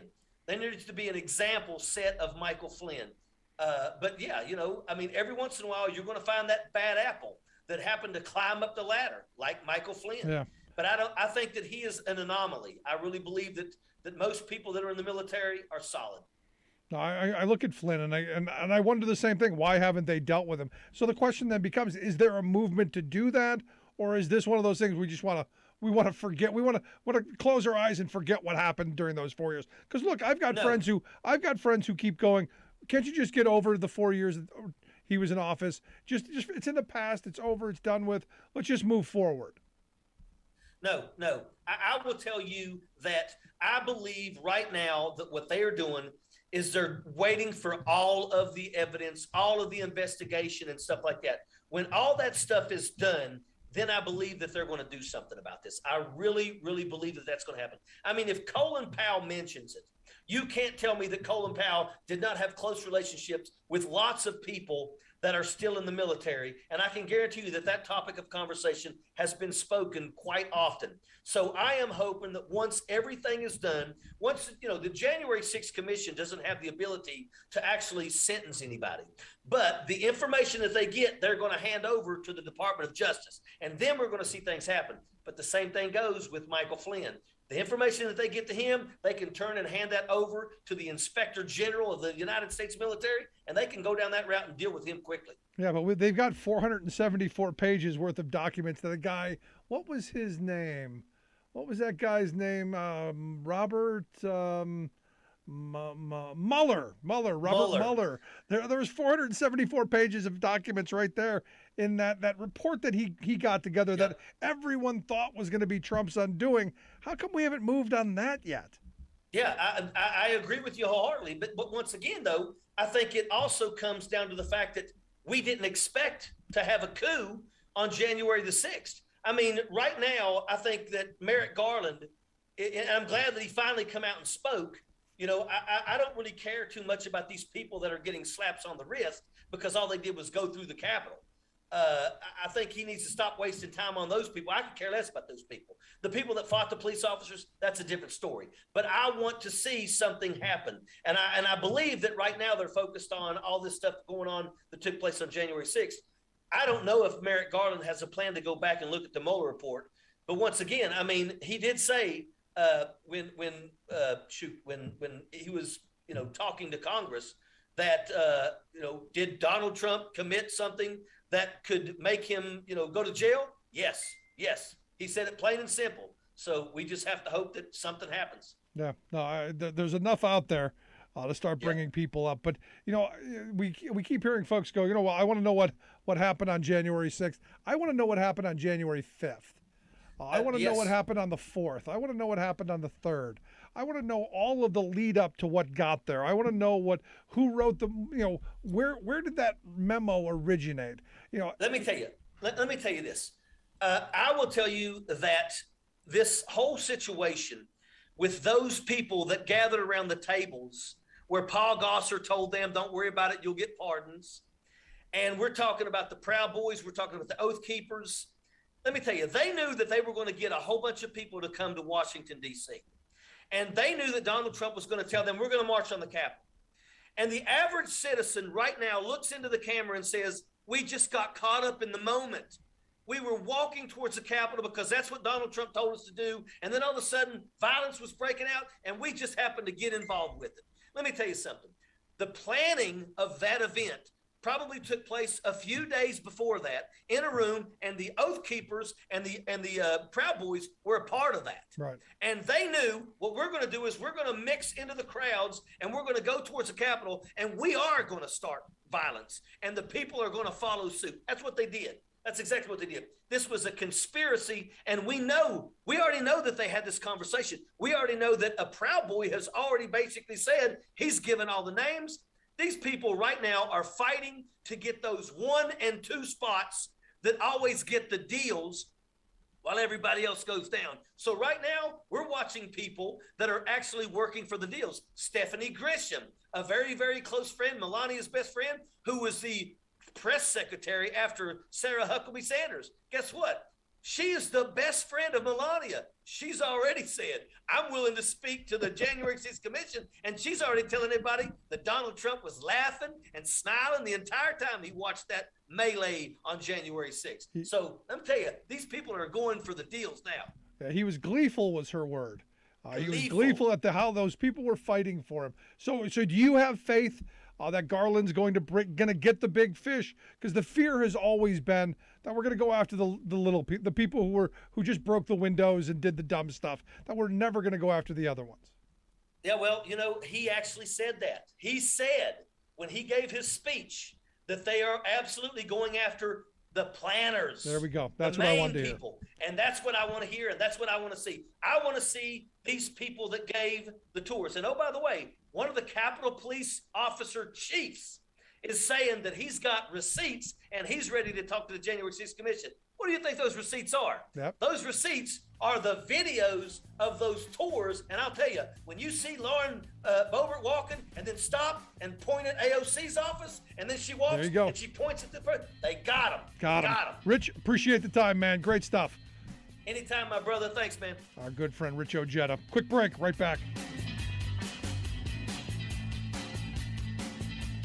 I'm Rick Smith, and this is Labor History in 2. On this day in labor history, the year was 1980. That was the day that President Jimmy Carter signed into law the Chrysler Corporation Loan Guarantee Act. The act allowed the federal government to guarantee up to $1.5 billion in loans to aid the failing Chrysler Corporation. The car giant had to find private financing for the loans, but had the promise of the federal government's backing. In the late 1970s, high gasoline prices had hit the domestic automobile industry hard. Japanese and European car manufacturers were increasing their market share by producing smaller, more fuel-efficient cars. By 1979, Chrysler's annual losses had soared toward $1 billion.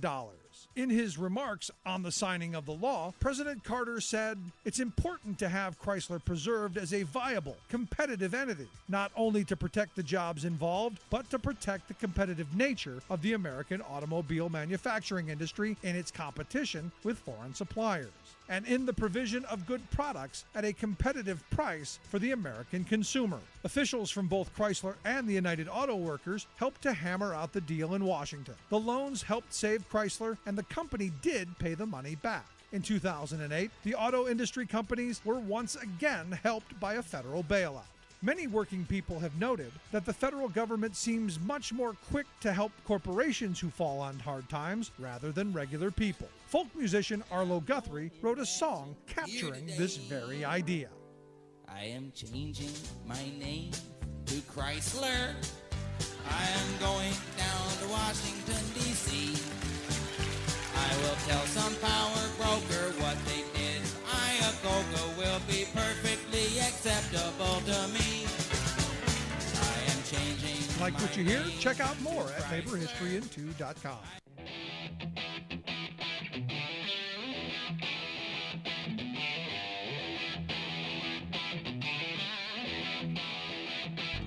Welcome back to the Rick Smith Show. Now, here is Rick Smith. So we're coming up on the deadline to sign up for the Affordable Care Act. And look, I haven't seen as much advertising for this as I think we should be seeing. And look, I was expecting much more from the Biden administration. This is kind of a knock. I haven't seen, and maybe just I'm not looking in the right places, but I haven't seen the big rollout that I was hoping, the big push. I expected nothing during the former guys' time, but I was expecting just a little bit more. And here to share some thoughts on the coming end of open enrollment, I've asked our good friend Laura Packard to come talk with us. Laura is a stage 4 cancer survivor.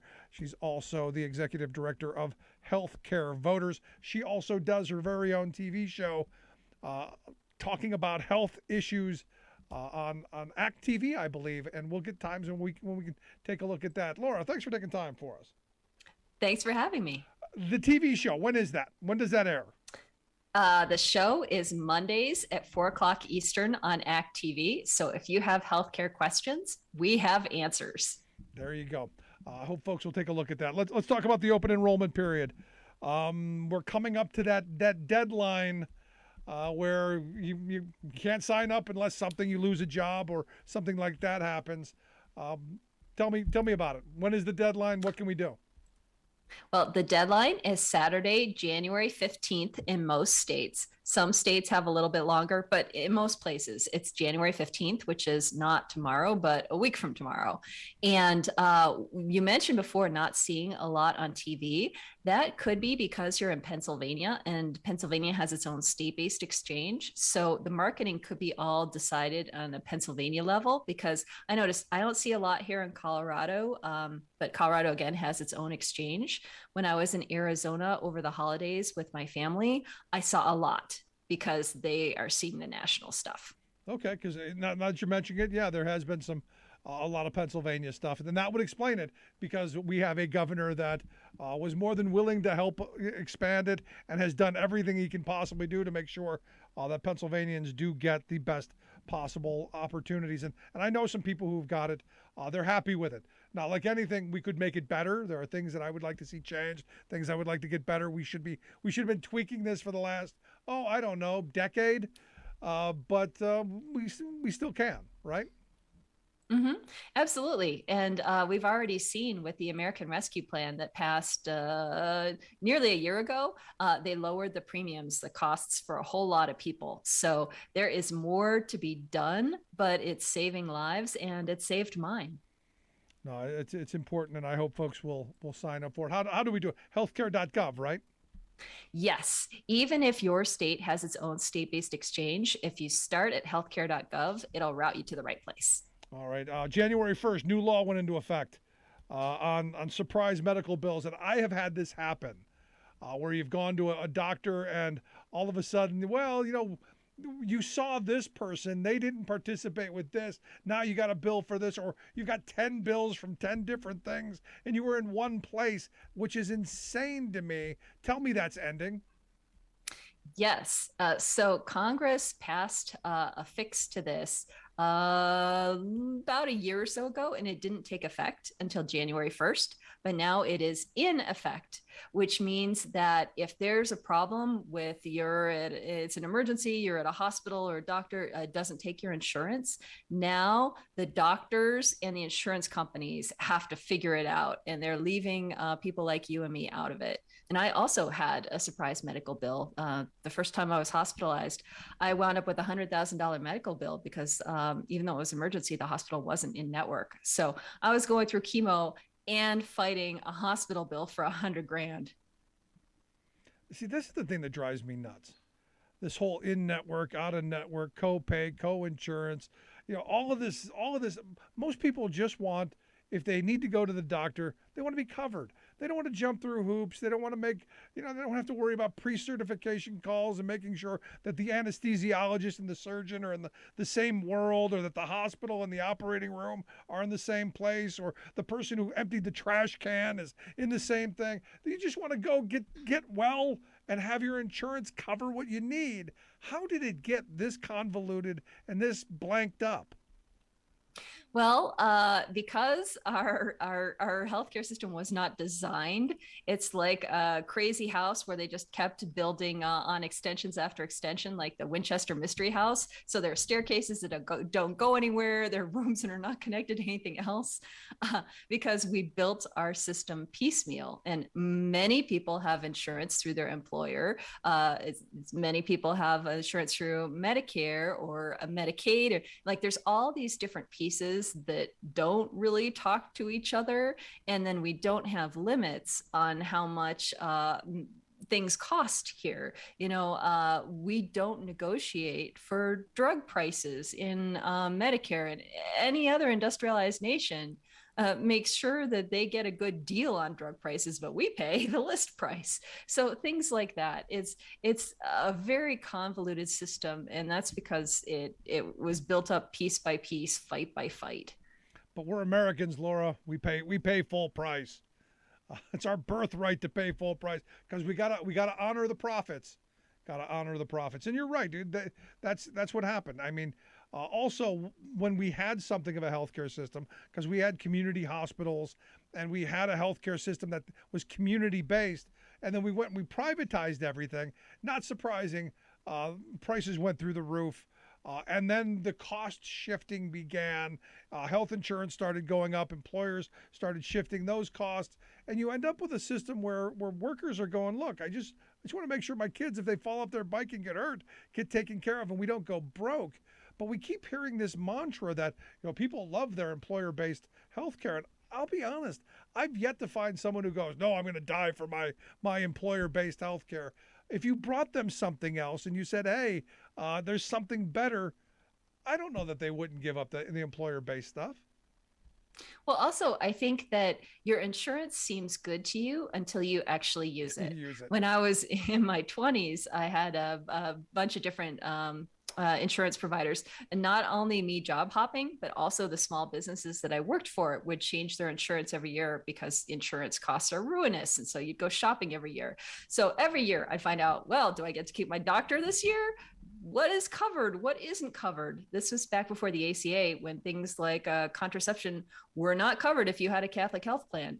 So, it seemed okay, but then I never had anything serious because in my 20s and 30s, I never went to the hospital. Yeah. And it's once you use it, then you realize how good or not it really is. No, but they gave you a nice shiny card. I don't know. My insurance card was never like one of those deluxe credit cards that has the extra weight and the embossing. You know, they don't spend the extra $250 on that. Not going the extra 20 cents on that. The hope is that with the ACA open enrollment deadline coming, people will sign up. No more surprise bills. We're moving slowly, tortoise pace in the right direction, I think. We got a lot to do, but slowly. You're listening to the Rick Smith Show. We're here with Laura Packard, stage 4 cancer survivor, executive director of healthcare voter. I wanted to get your thoughts on the Supreme Court's oral arguments today. Seemed pretty cut and dry to me. Seemed like the OSHA part of it.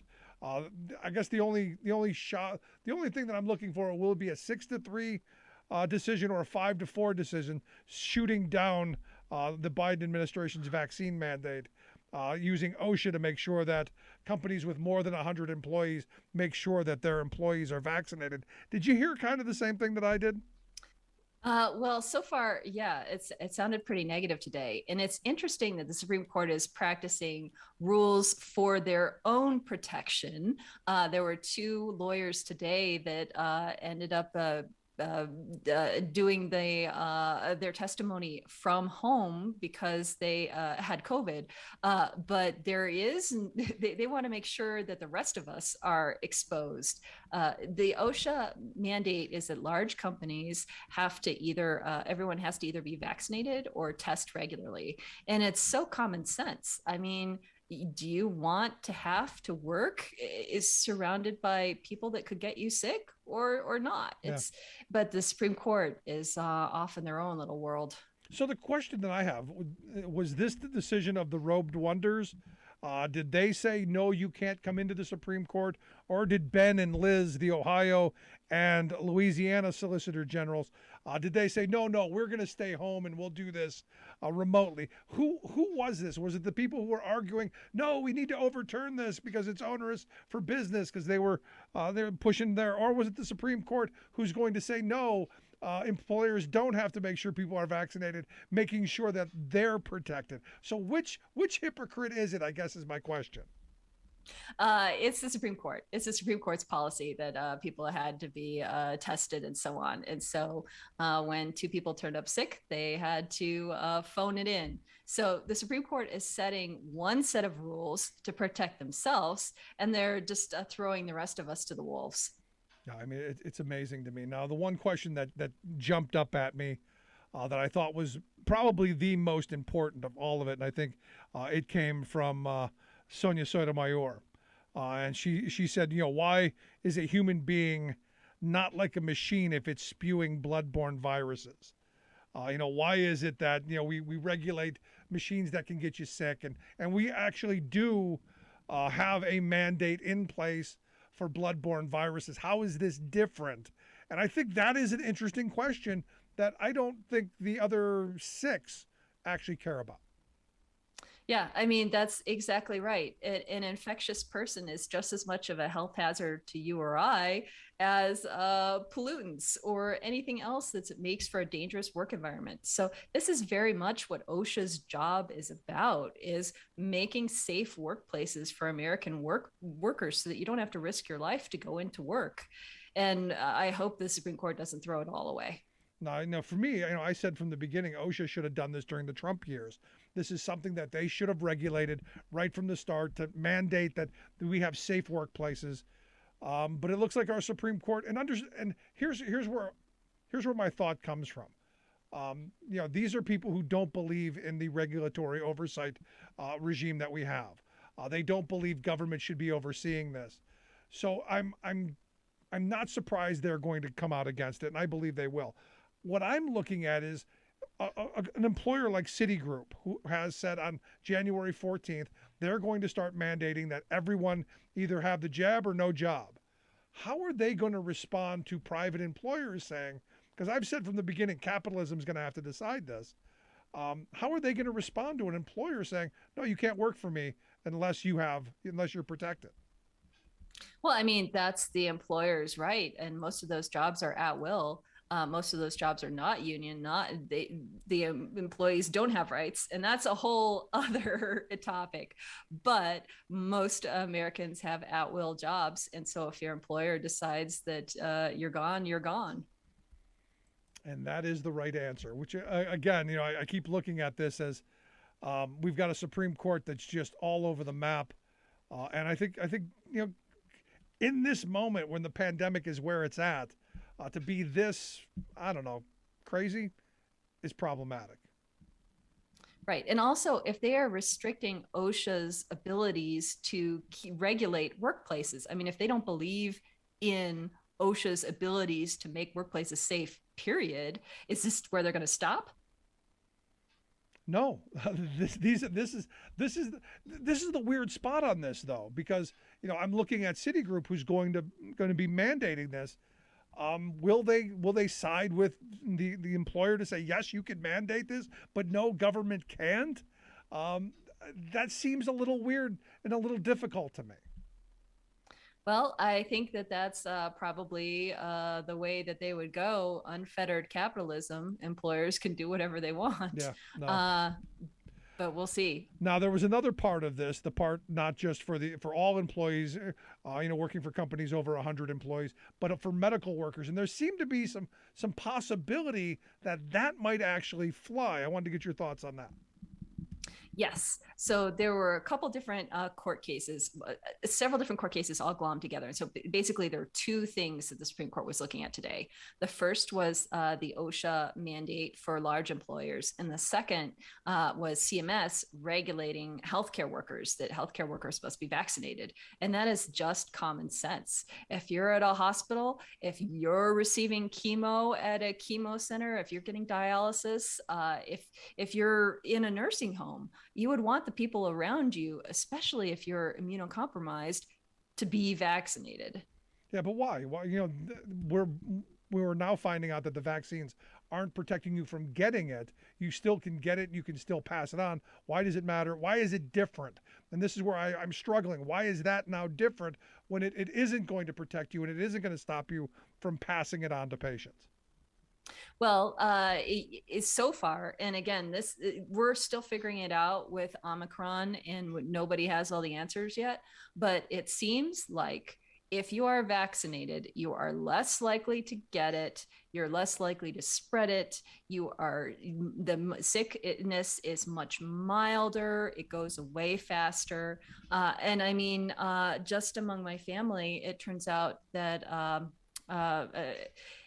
a distant family member of a family member, tested positive right after Christmas. And she was asymptomatic because, again, she had been vaxxed and boosted. And so everybody there, her father, my aunt, myself, we were all vaxxed and boosted. And of the four of us, she tested positive, asymptomatic. And so far, my aunt and her partner and me, nothing. Good. So, I hope it stays that way. It held. I hope you're safe. We love having you around, but stay safe. But Laura, I appreciate the time and the thoughts. Great stuff. Great talking with you. Thanks. And go to healthcare.gov to get covered. And make sure you check out the TV show, right? Yes. There you go. Mondays, 4:00, right? Yes. There you go. ACT TV. Thanks so much, Laura. I appreciate it. Make sure you check out Laura's show on ACT TV at 4:00 on Mondays. Great stuff. Thanks so much, Laura. Again, you missed any of the program today, make sure you check out our website, thericksmithshow.com. Grab the podcast there. Grab the app for your smartphone. Take the program on the go wherever you go. And as always, you can email me, Rick, at thericksmithshow.com. Make sure you follow us on social media at Rick Smith Show on Twitter, Facebook, YouTube. Subscribe, like, share, all of that stuff. There's so many ways to participate. Thanks so much for being here. We'll see you back here next time.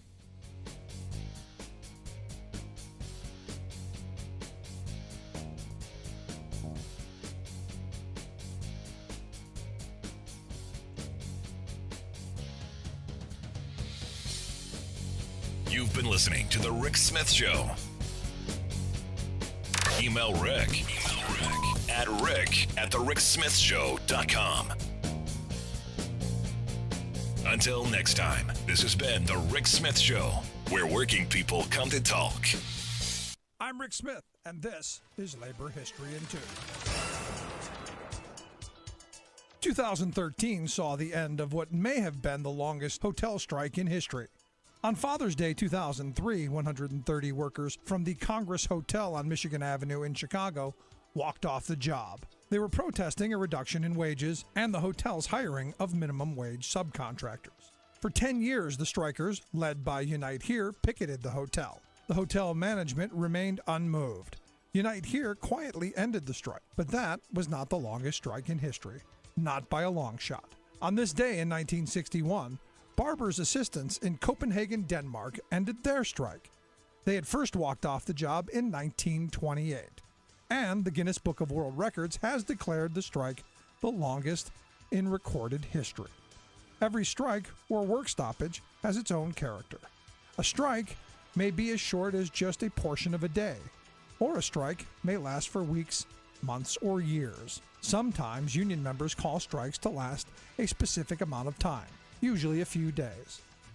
Other times, union members vote for an open-ended strike, with the duration uncertain. The tactic of a strike is one of the most extreme measures a union can take. Usually, a strike means that all other efforts to gain a fair contract have been exhausted. Long strikes have become less common in recent years. According to the Bureau of Labor Statistics, there were only 15 major work stoppages in 2013. Of these, 2/3 lasted 3 days or less. Labor History in 2 brought to you by the Illinois Labor History Society and The Rick Smith Show. For more information, go to laborhistoryin2.com, like us on Facebook, and follow us on the Twitters at Labor History in 2.